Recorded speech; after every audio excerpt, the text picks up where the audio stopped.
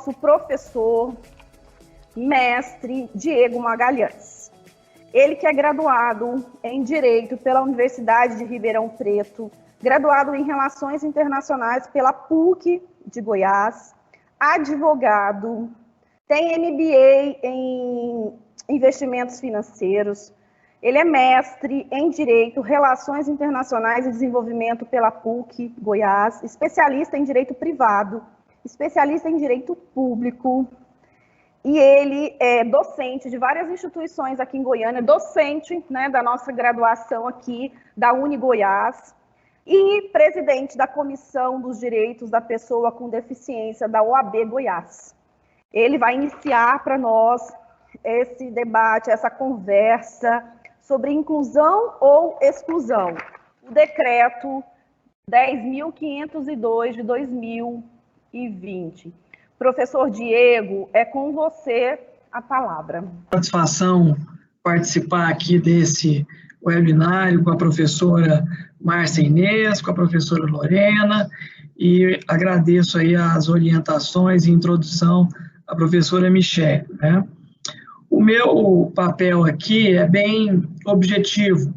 Eu vou tentar fazer uma explanação breve, citando os apontamentos do decreto, que trouxe aí uma série de polêmicas, né? Não só a sociedade como um todo, mas também as instituições de ensino, as entidades, associações, aos pais e muitas vezes usuários, né, da estrutura da educação.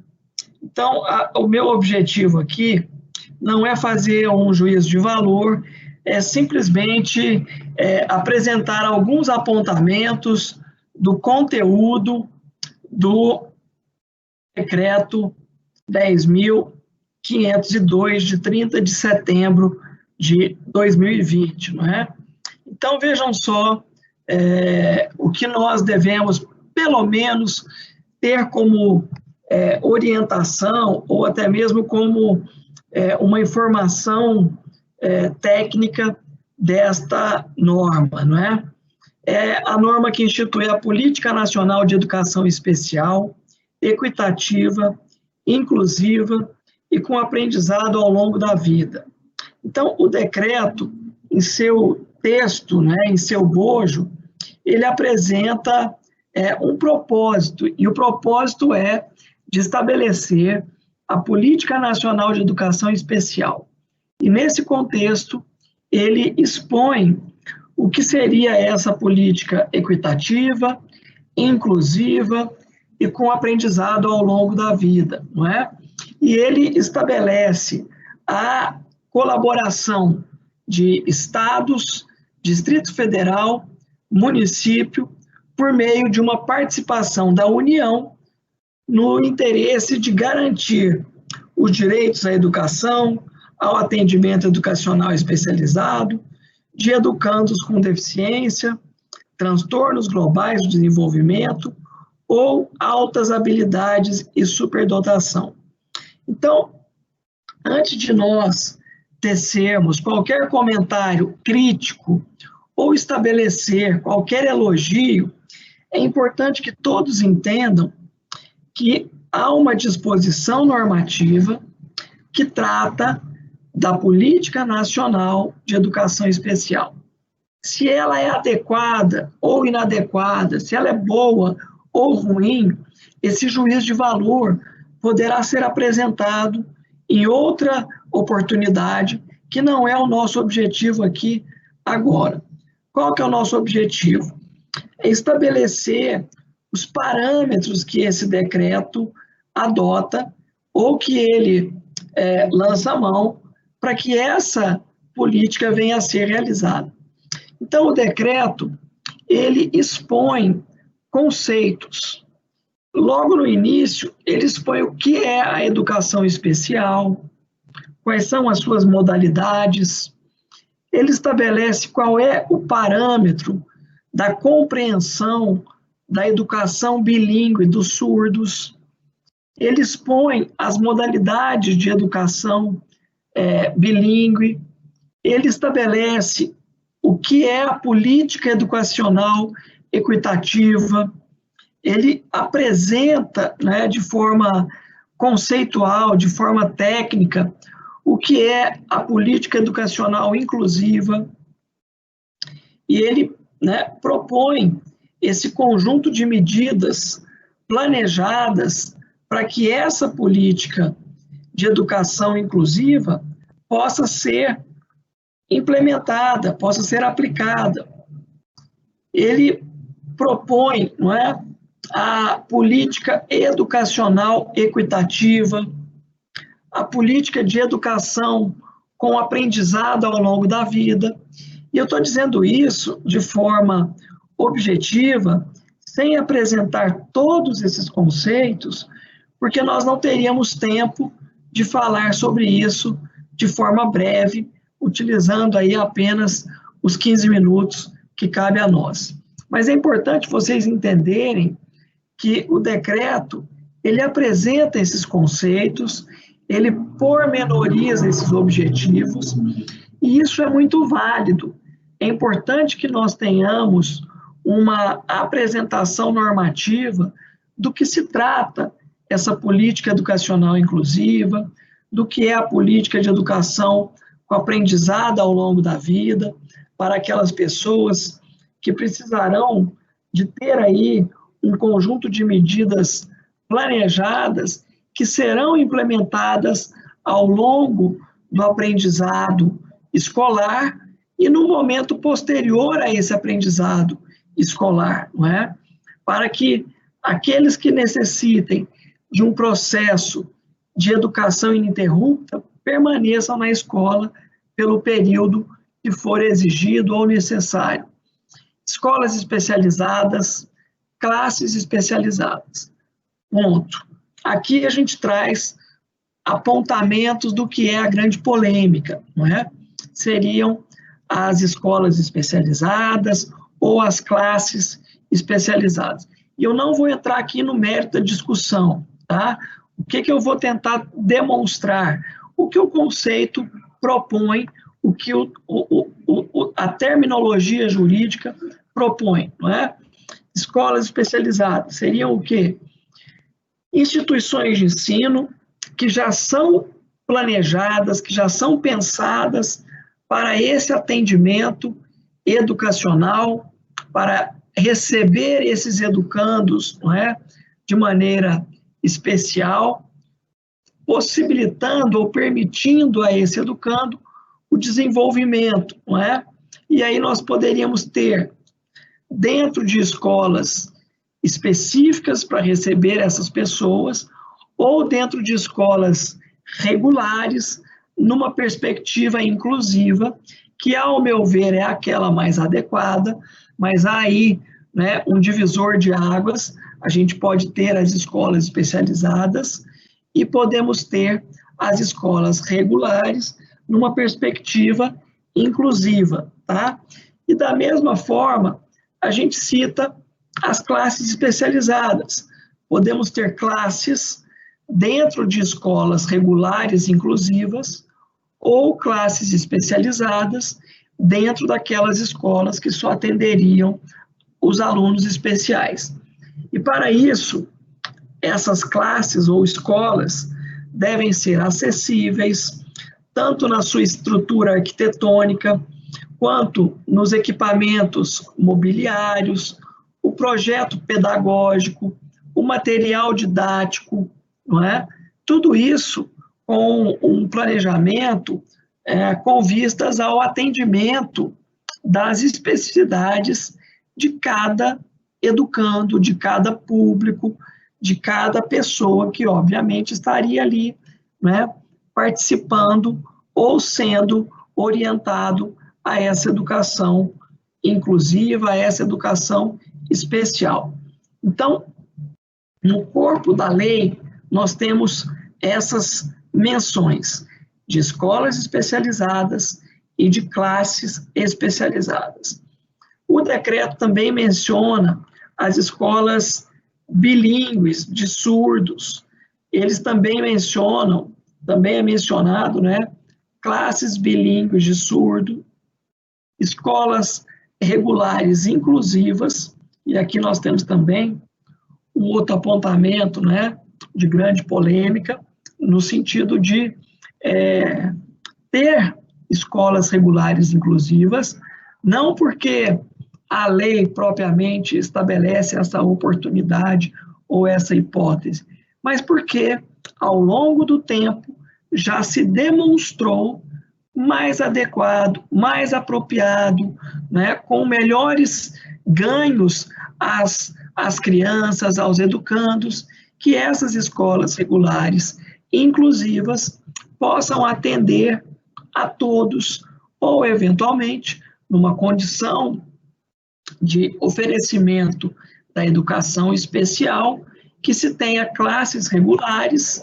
para inserir esses alunos com necessidades que eventualmente não são as necessidades típicas, não é? É o que nós denominamos de, muitas vezes, alunos ou crianças atípicas, não é? Mas há também a possibilidade de classes especializadas ou salas com recursos para receber aí essas crianças ou, eventualmente, educandos numa condição especial. E aqui também a gente tem um ponto, né, polêmico. Não há uma concepção absolutamente formada quanto a isso. Então, o debate, a discussão, ela é, sim, pertinente. Por quê? Porque existem dezenas, centenas de especificidades, de situações em que alunos podem ou não ser melhor acolhidos ou melhor recebidos em escolas regulares, inclusivas, ou, eventualmente, em classes especializadas ou escolas especializadas. Então, eu não estou aqui defendendo uma opinião A ou uma opinião B.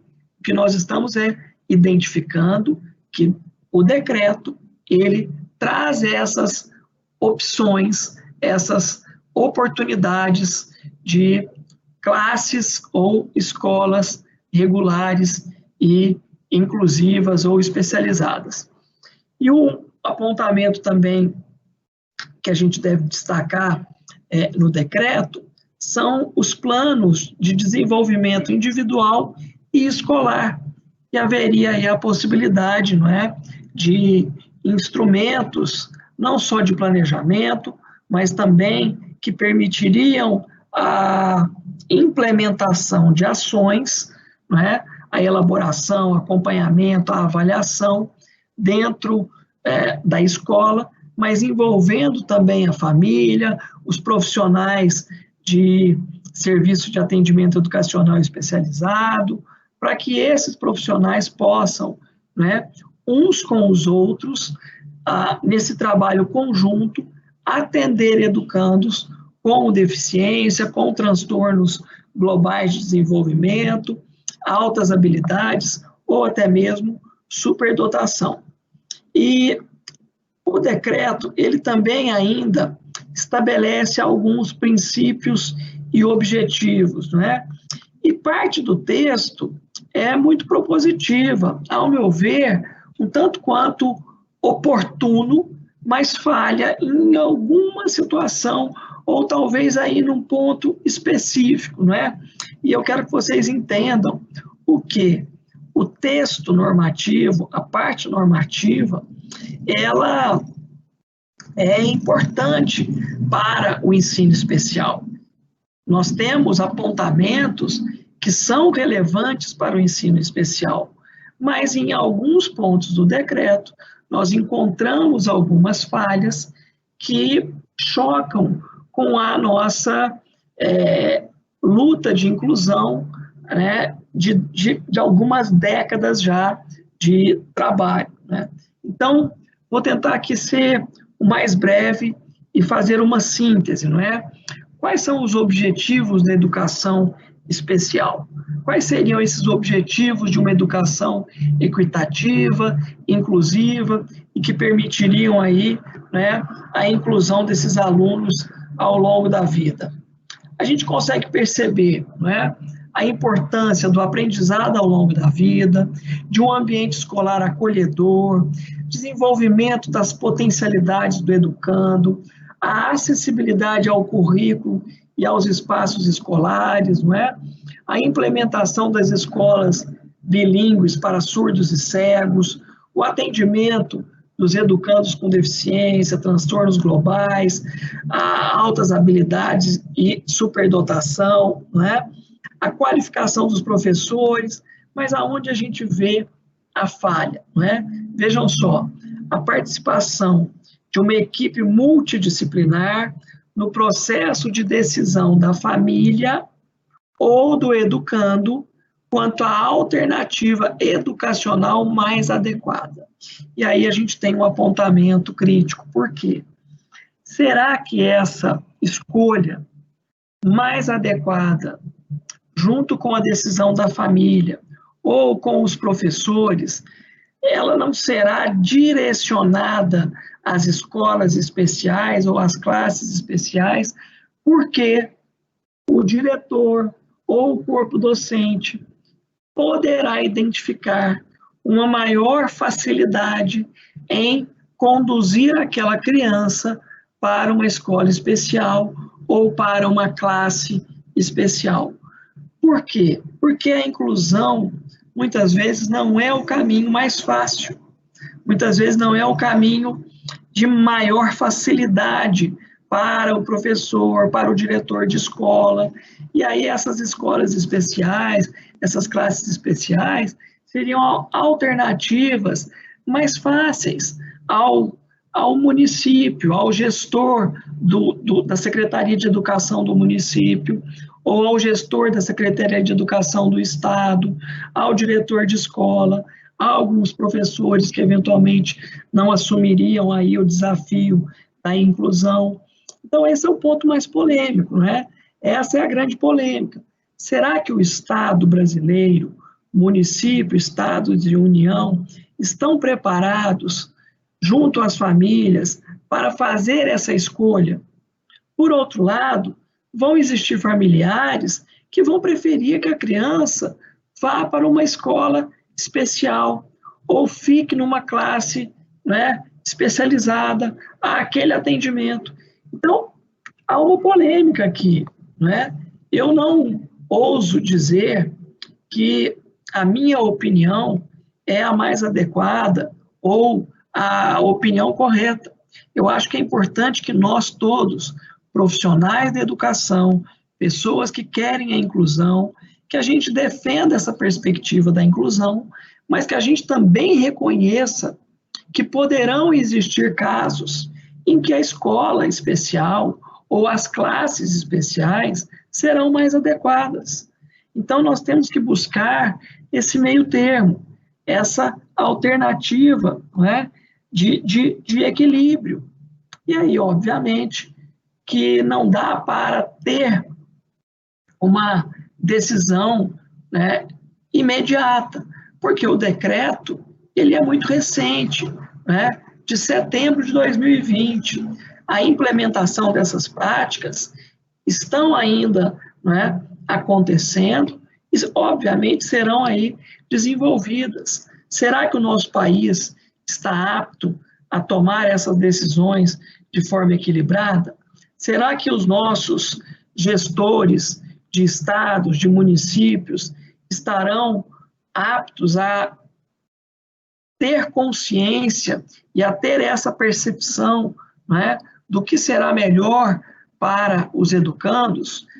A Paz, Pestalozzi, escolas inclusivas, né, como será que vamos lidar com essa nova normatização? Tá?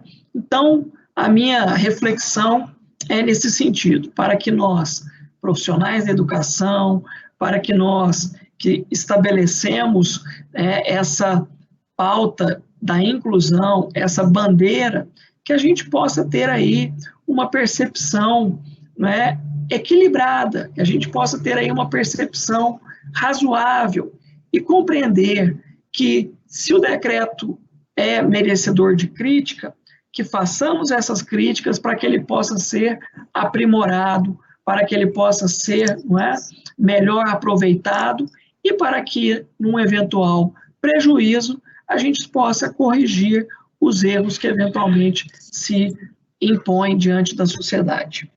Então, fica aqui o meu agradecimento, meu muito obrigado, e passo a palavra novamente à professora Michele. Acho que eu cumpri o tempo, né, professora? Agora eu quero convidar, né, a nossa segunda palestrante desse encontro, desse webinar, a professora Lorena Bernardes. Ela que é licenciada em Letras e Pedagogia, especialista em orientação educacional, supervisão e gestão escolar, mestre em Letras e Linguística, doutorando em Educação, e é nossa docente aqui na UniGoiás. Professora Lorena, seja muito bem-vinda, e a palavra é com você. Agradecendo a professora Michele pela oportunidade de compor essa mesa, na qual eu falo de duas perspectivas, né? Como profissional da educação e também como mãe de uma criança especial. E já vou iniciar também, né, de uma forma um pouco diferente do meu colega, o professor Diego, a quem eu respeito e admiro bastante, né, pelo trabalho que ele desenvolve na nossa instituição. Diferentemente do professor Diego, eu tenho um posicionamento claramente contrário ao decreto em questão. E agora eu apresentarei as minhas justificativas para esse posicionamento. A Constituição brasileira, em seu artigo 1º, ela descreve entre os fundamentos da República Federativa do Brasil, a cidadania e a dignidade da pessoa humana. O artigo 2º aponta como um dos seus objetivos fundamentais promover o bem de todos, sem preconceitos e quaisquer outras formas de discriminação, o que abarca as diferentes deficiências. O artigo 6º indica a educação como um dos direitos sociais que devem ser assegurados aos cidadãos pelo Estado. Toda pessoa com deficiência é um cidadão. E a educação é um direito de qualquer cidadão. A defesa da dignidade e da equidade implica, a meu ver, o reconhecimento da deficiência como parte da experiência humana e da demonstração de que o acesso às políticas e serviços em igualdade de condições com as demais pessoas são valores a serem afirmados, garantidos, exigidos. A educação inclusiva tem como pressuposto a desconstrução de práticas de segregação e apagamento social, às quais as pessoas com deficiência foram historicamente submetidas, porque essas pessoas sempre existiram. Mas por décadas e décadas, essas pessoas permaneceram escondidas nos fundos das suas casas, ou esquecidas em instituições hospitalares.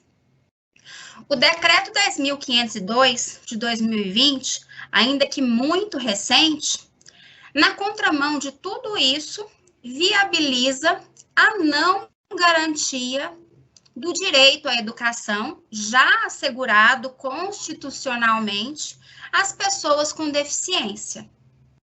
O decreto abre precedentes para que uma escola se declare inapta a receber um aluno com deficiência, na contramão das práticas inclusivas. Ao não garantir o direito à convivência entre as diferenças, o presente decreto estigmatiza, exclui e segrega as pessoas com deficiência, porque quando uma escola acolhe uma criança com deficiência, com algum tipo de transtorno, com algum tipo de particularidade no desenvolvimento, não é só essa criança que tem a oportunidade do ensino regular.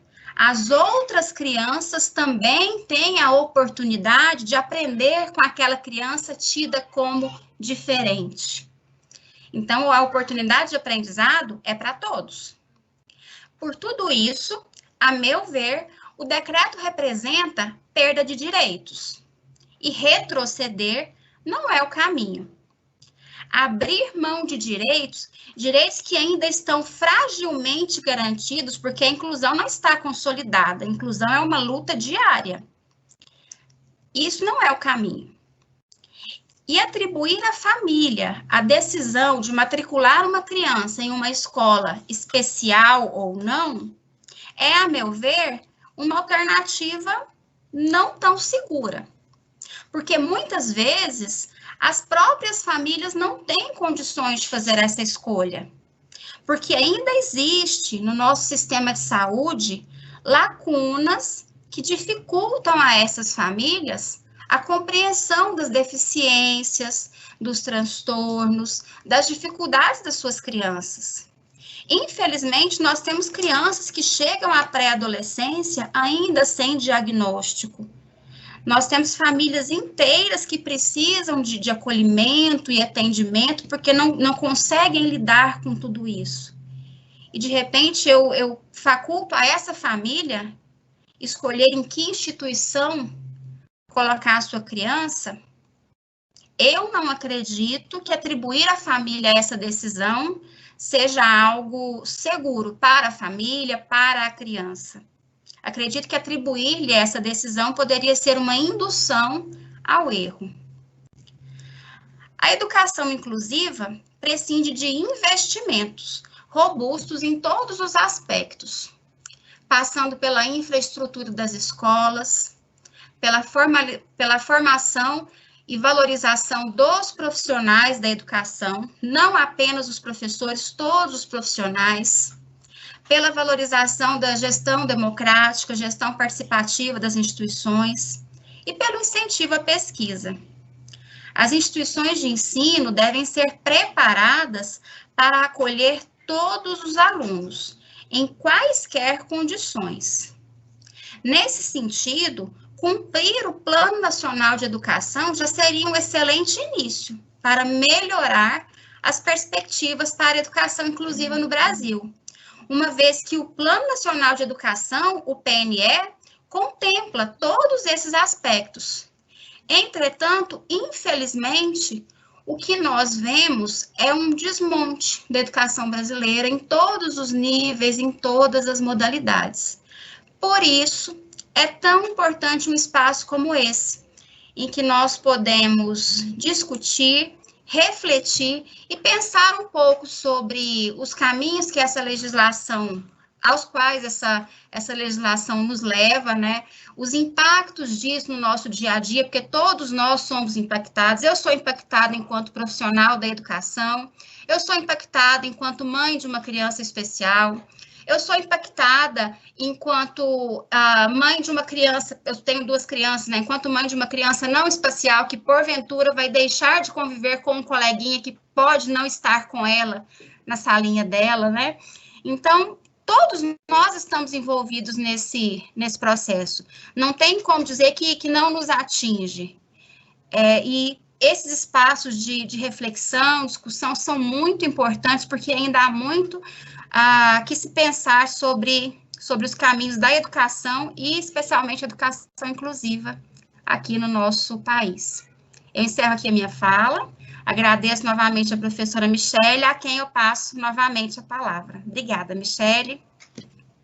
Professora Márcia Inês, ela é graduada em Pedagogia, especialista em Arte, Educação e Tecnologias Contemporâneas pela UNB e Políticas Públicas pela UFG, mestre em Arte e Educação pela UFO, doutoranda em Performances Culturais, docente da Rede Municipal de Ensino de Goiânia, nossa docente, nossa querida professora aqui na UniGoiás. Professora Márcia, é uma honra poder receber você aqui. Muito obrigada, né? Essa parceria entre o curso de Pedagogia, o Direito e a pós-graduação, eu acho fundamental para que nós que pensamos em construir um país democrático, né? Então, temos todos nós a contribuirmos. Eu, de antemão, eu já considero este decreto um retrocesso, segregador e que realmente bota Se ele continuar, ele bota anos e anos de luta por água abaixo. De onde eu falo? Eu falo da escola. Sou professora da rede pública, sou professora da rede privada, convivo com todas essas realidades e sou uma educadora do serviço público.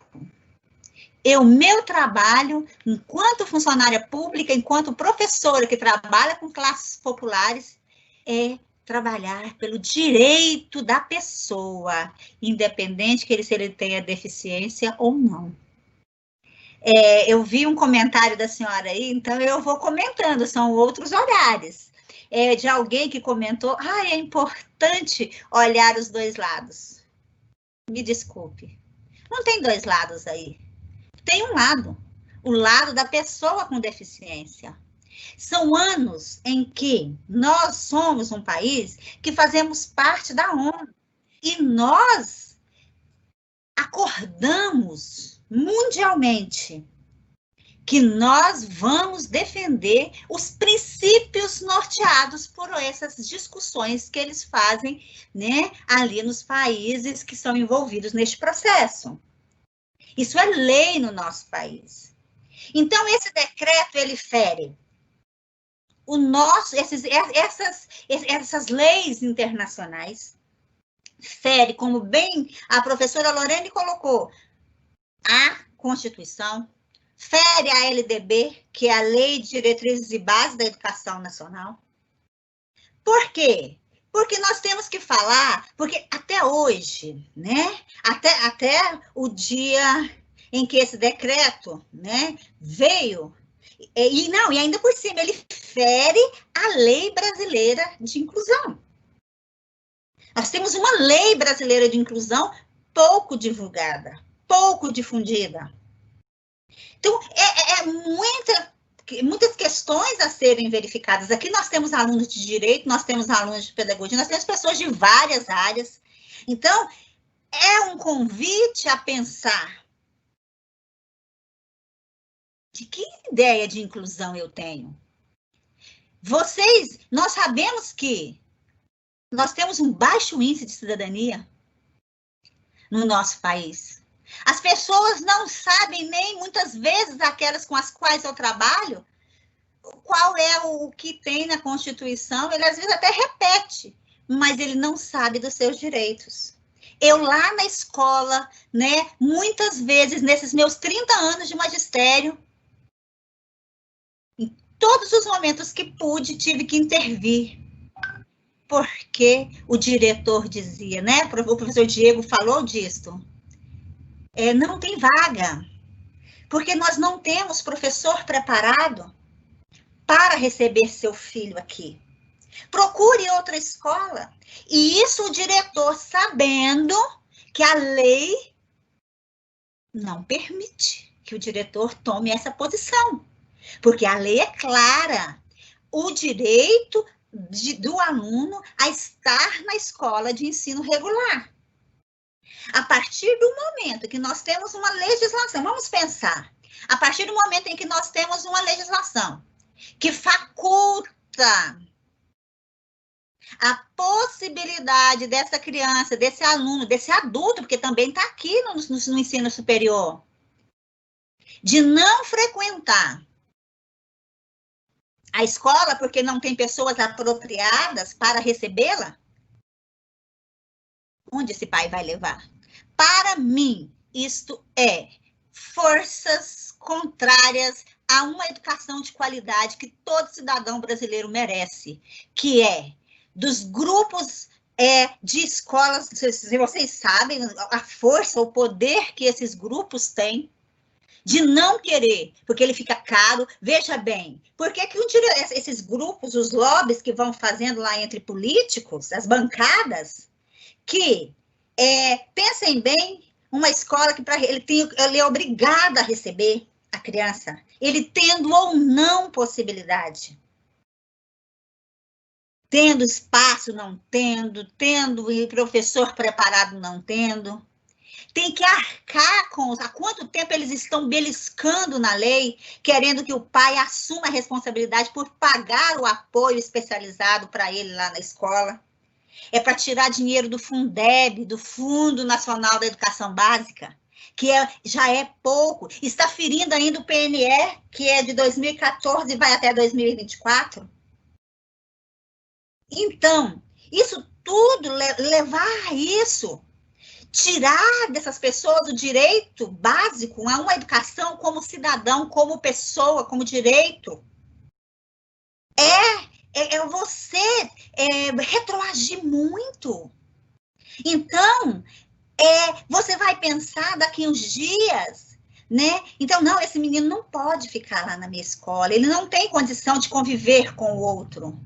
Não, o bilinguismo ele deve ser feito dentro da escola de ensino regular, porque quem ganha, professora Lorena foi muito feliz. Professora, quando uma criança, se tem uma criança especial numa sala, especial, né, nós todos somos, que tem uma pessoa portadora de alguma deficiência na sala, quem ganha são todas as crianças, porque eu vou aprender a conviver com o outro, porque no meu tempo de aluno, mudinho, ceguinho, bobinho, não ia para a escola, porque eles eram apedrejados. Olha, não tem muito tempo não, viu? Não tem tanto tempo assim, o meu tempo de escola. Então, isso tudo que nós alcançamos hoje foi a base de luta. Por que que as pessoas lutaram quando saiu aquele decreto do SUS, que o pessoal foi e feriu diretamente a ele? Mas o barulho com esse decreto está pequeno. Mas por que está pequeno? Primeiro que as pessoas não sabem que os direitos vão ser diminuídos. E que, fere muitos interesses. Muitas prefeituras estão soltando foguetes, porque o maior desafio para uma prefeitura é ter que criar condições para receber esse cidadão dentro da escola, que é o aluno com necessidade, com alguma deficiência. Eu sou de um tempo que a minha diretora da minha escola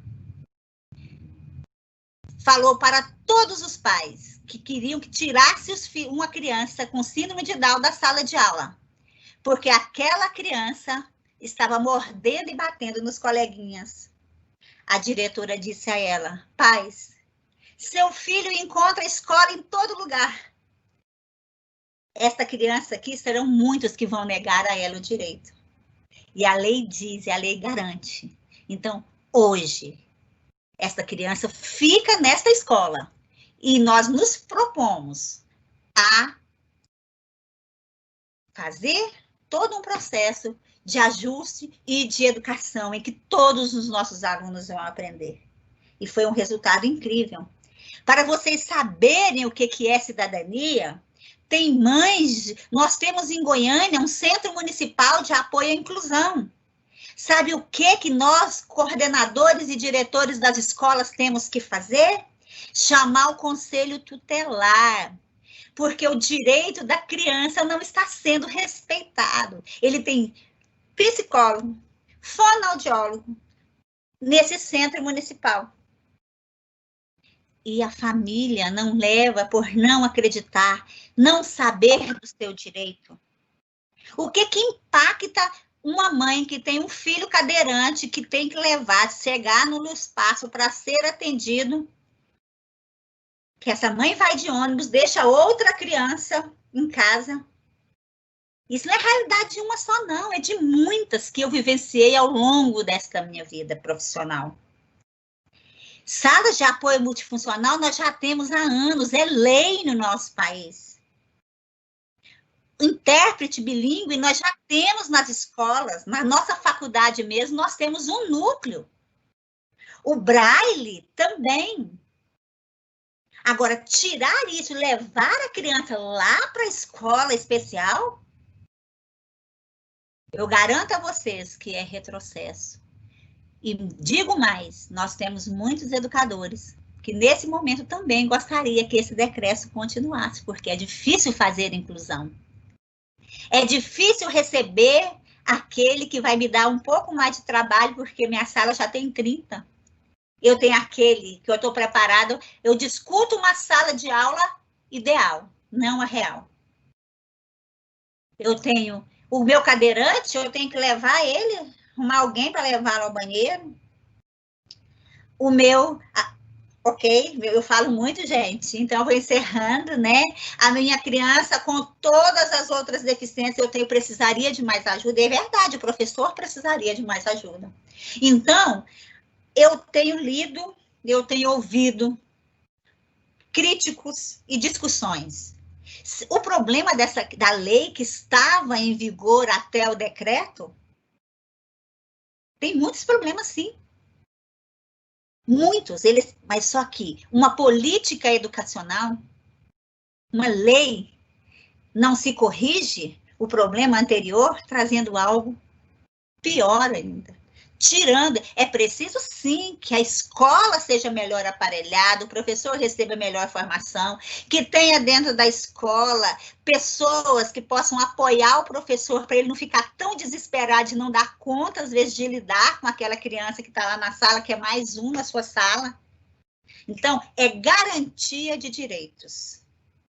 E eu acredito que, eu vi que já tem um projeto para que seja rediscutido e seja impugnado esse decreto, e eu vou procurar o meu senador, e espero que você também o faça, o seu deputado federal, para que nós pressionemos, eu, como direito, garantindo um direito a uma educação inclusiva. Eu, como educadora, acredito que tenho que fazer isso. Então, fica aí, eu acho que precisa de mais um momento para a gente discutir, porque eu falei pouquinho, professor, eu tenho certeza que o professor Diego, o professor Lorena, temos muito ainda a falar. Então, é isso, né? Muito obrigada, e espero que vocês continuem a refletir e a pensar sobre direitos das pessoas. E a gente vai fazer a mesma logística aqui, né?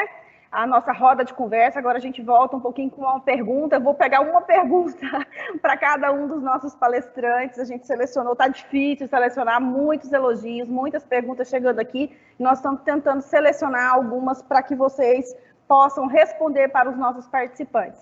Então eu vou voltar aqui a palavra ao professor Diego, e a gente tem uma pergunta aqui, professor.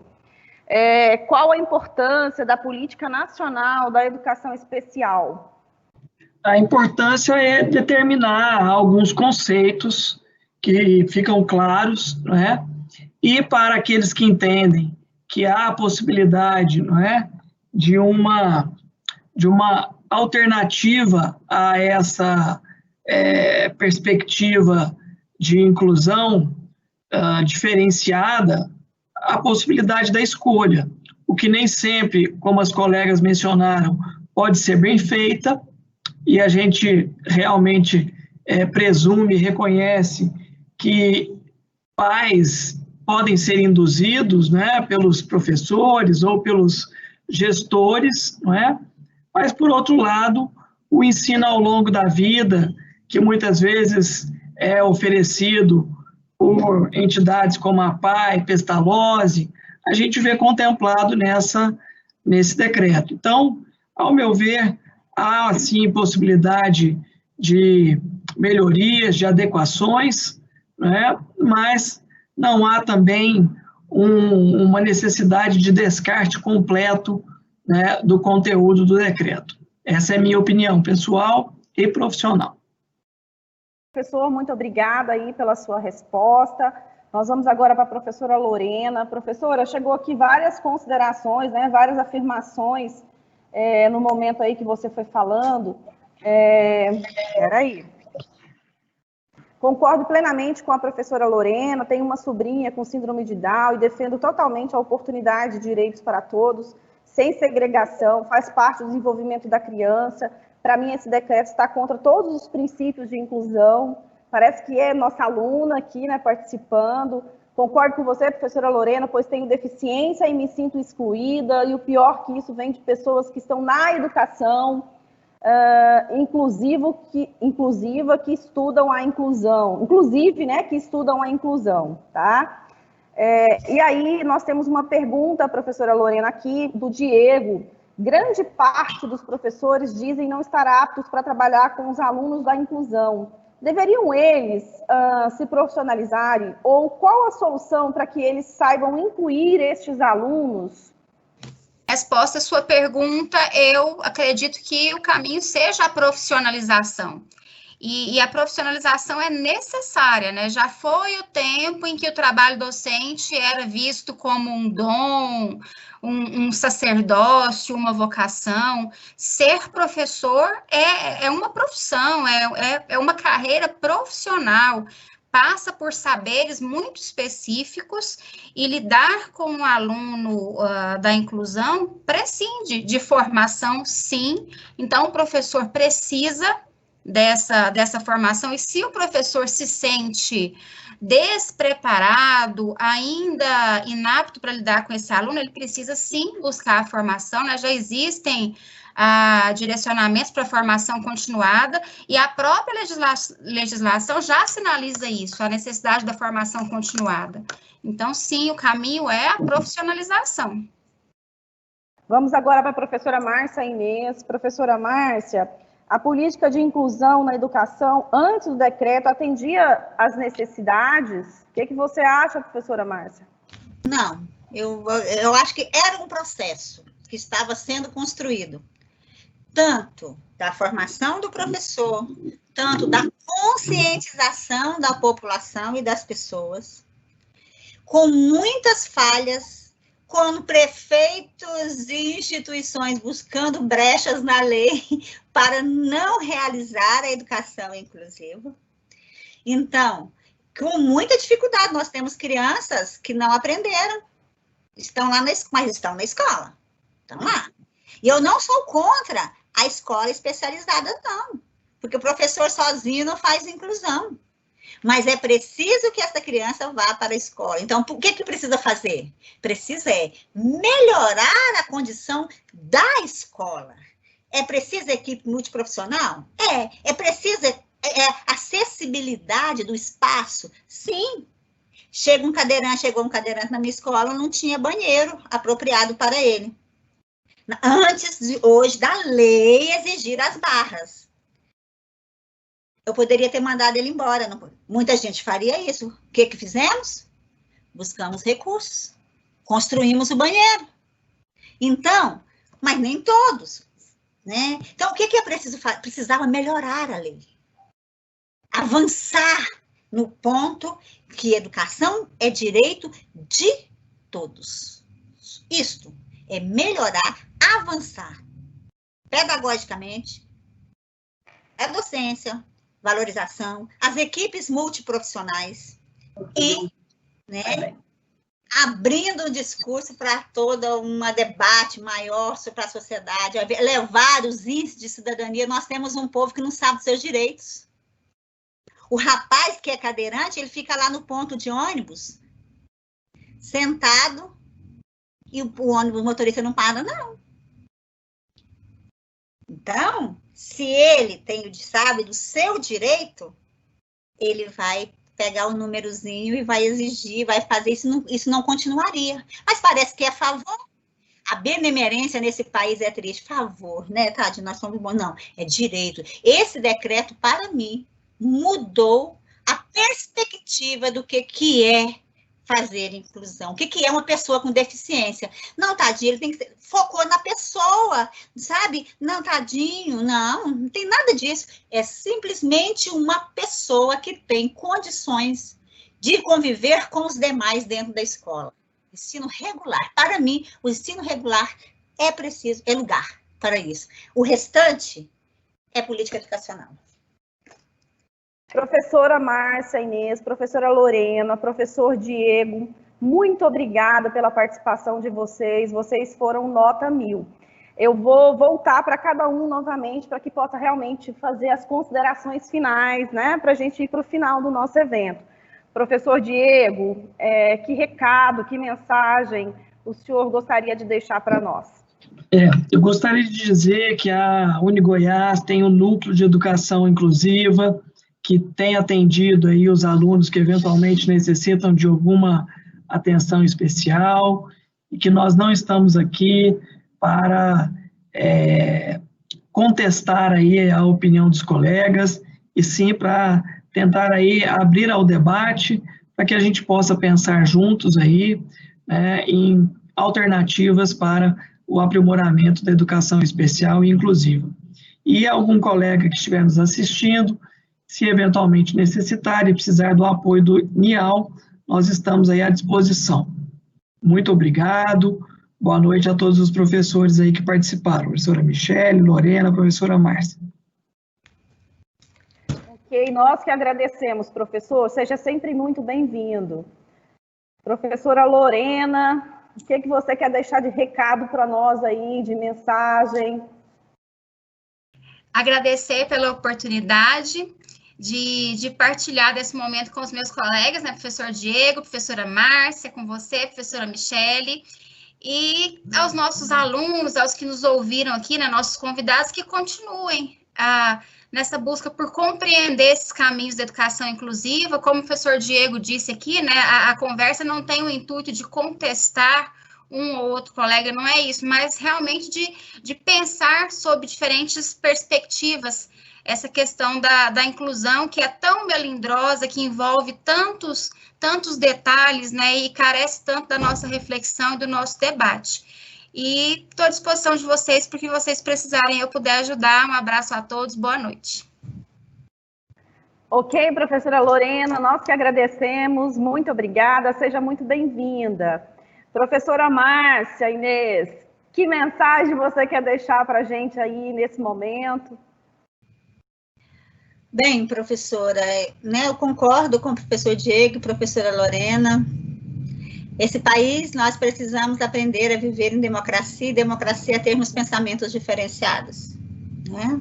Então, é muito importante esse debate, porque nós estamos formando pessoas que vão assumir daqui a uns dias nossas posições, onde estamos e vão, né? Então, aprender a conviver com o espaço democrático é muito importante. Posso não concordar, mas, né, é preciso que nós tenhamos essa oportunidade da discussão. Então, a mensagem que eu deixo para você, como professora, que aposta e acredita na inclusão, é uma das coisas que eu mais acredito na minha vida, como educadora, na minha vida de educadora, que é o incluir o outro, independente do que ele traz, do que ele tem, todos os seres humanos, né, têm o direito a uma educação, e que ela seja de qualidade para todos. Por fim, inclusão não se faz só com decreto. Inclusão não se faz somente com livros. Inclusão se faz a partir do momento que você tem um profundo amor e respeito pelos seres humanos. E todos os seres humanos, né, ele tem direito a estar no espaço onde ele possa ser respeitado, que ele vai aprender, que ele vai desenvolver-se. Obrigada pela oportunidade. Fechou com chave de ouro, hein, professora Márcia? Muito obrigada. Obrigada a todos, né, vocês que participaram conosco. Recebam o nosso carinho, recebam o nosso abraço aí, professor Diego, professora Márcia, professora Lorena. Brilhante, foi extraordinário, né, o nosso evento. Vamos voltar para a gente conversar mais um pouquinho sobre isso, né, para a gente realmente poder contribuir com a sociedade, com as pessoas, né, de uma maneira realmente positiva. Agradeço muito de vocês, recebam o nosso carinho, recebam o nosso abraço.